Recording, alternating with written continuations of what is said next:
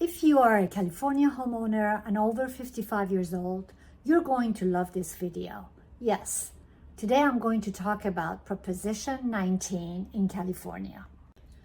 Imagine this. You've lived in your California home for over 30 years.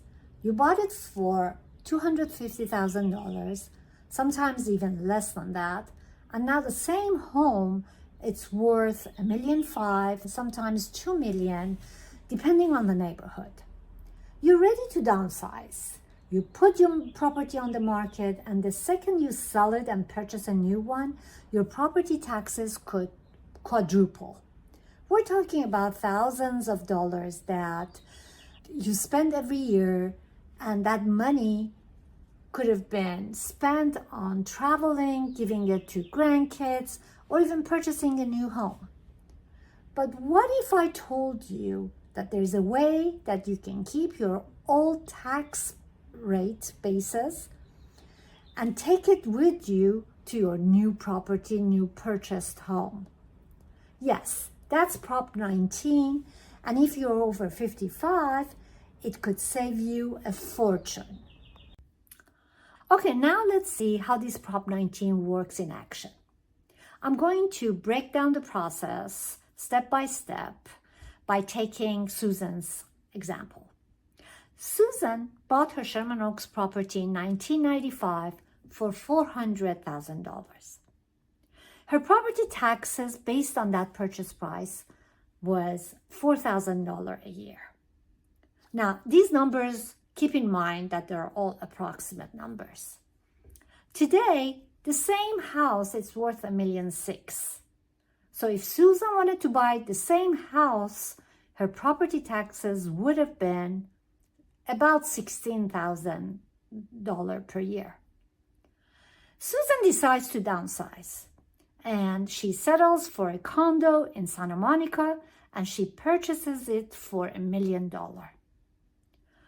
So without Prop 19, her new taxes would have been about $10,000 a year. And that's based on $1 million price tag. But with Prop 19, she can keep her original $4,000 tax basis from the previous property, plus small adjustments of the price that is between $400K for the old property and $1 million for the new property. And that would add up to about more or less $6,000 per year, which is still a lot less than $10,000 that Susan had to pay if it not was for Prop 19 benefits. Now that we know more about Prop 19, let's see what are the key rules. You must be 55 or older, or severely disabled, or a victim of wildfire. And as we all know, that can easily happen in California. The property has to be your primary residence, meaning you cannot purchase a new property and rent it out. And also, you can move anywhere in California. And for example, I had a client who lives in Northern California, and he contacted me saying if he could take his tax basis, property tax basis, to Southern California, to which I answered yes. Of course, the forms need to be completed, but he can use the same tax basis anywhere in California. Now, it's also important to remember that there are strategies involved.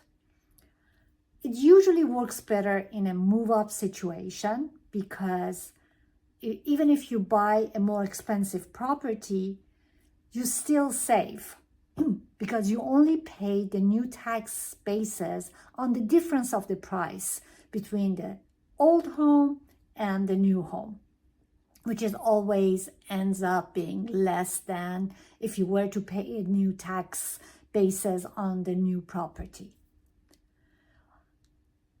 The timing is also important. You can only use Prop 19 3 times in your lifetime. So you have to see where you are in the process. And also, there's a family angle associated with it. Previously, the kids could inherit the same tax basis, but now they can only use it if they live in it, and it becomes their primary residence. To take advantage of Prop 19, you need to go to your assessor's office website and pull the form that is titled Claim for Transfer or Base Year Value to Replacement Primary Residence for Persons at least age 55 years. It's a one-sheet form with not that many questions, very straightforward. Feel free to contact me if you need any help or you have any questions. I would love to be of assistance. Also, I'm going to provide you with a Prop 19 summary fact sheet that you can find under my video. And usually the assessor's office website has very comprehensive sections about Prop 19 that you can review and find answers to your questions.